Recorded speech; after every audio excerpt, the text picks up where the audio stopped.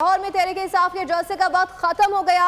हस्बे आदत कवायद और जवाबित की खिलाफ वर्जियां सामने आ गई। अली अमीन गंडापुर ने जलसे में ज़बानी माफी नहीं मांगी। पाकिस्तान तहरीक इंसाफ का लाहौर में जलसा और जलसे का वक्त खत्म हो गया। हस्बे आदत कवायद और जवाबित की खिलाफ वर्जियां पाकिस्तान तहरीक इंसाफ की जानिब से सामने आई हैं, जबकि अली अमीन गंडापुर ने जलसे में ज़ुबानी माफ़ी नहीं मांगी। गुज़िश्ता हफ्ते पाकिस्तान तहरीक इंसाफ ने शहर इक़्तिदार में जलसा किया था, वहाँ पर भी कवायद और ज़वाबित की खिलाफ वर्जी की गई थी। जो वक्त वहाँ पर दिया गया था उससे भी कई ज़्यादा आगे पाकिस्तान तहरीक इंसाफ ने वक्त लिया था, और उसके बावजूद भी पाकिस्तान तहरीक इंसाफ के रहनुमाओं की जानिब से तकारीर में हुकूमत के खिलाफ तनकीद की गई थी और ढिठाई दिखाई गई थी। पाकिस्तान तहरीक इंसाफ ये तस्लीम नहीं कर रही थी कि उसने जलसे की खिलाफ वर्जी की है, वक्त की खिलाफ वर्जी की है।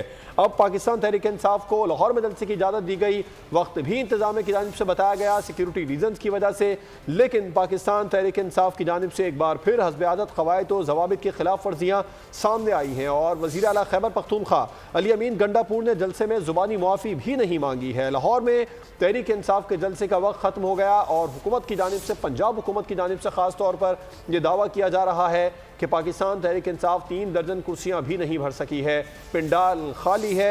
अली अमीन गंडापुर ने जलसे में ज़ुबानी माफ़ी नहीं मांगी। सब्सक्राइब करें और बेल दबाएं ताकि कोई खबर रह न जाए।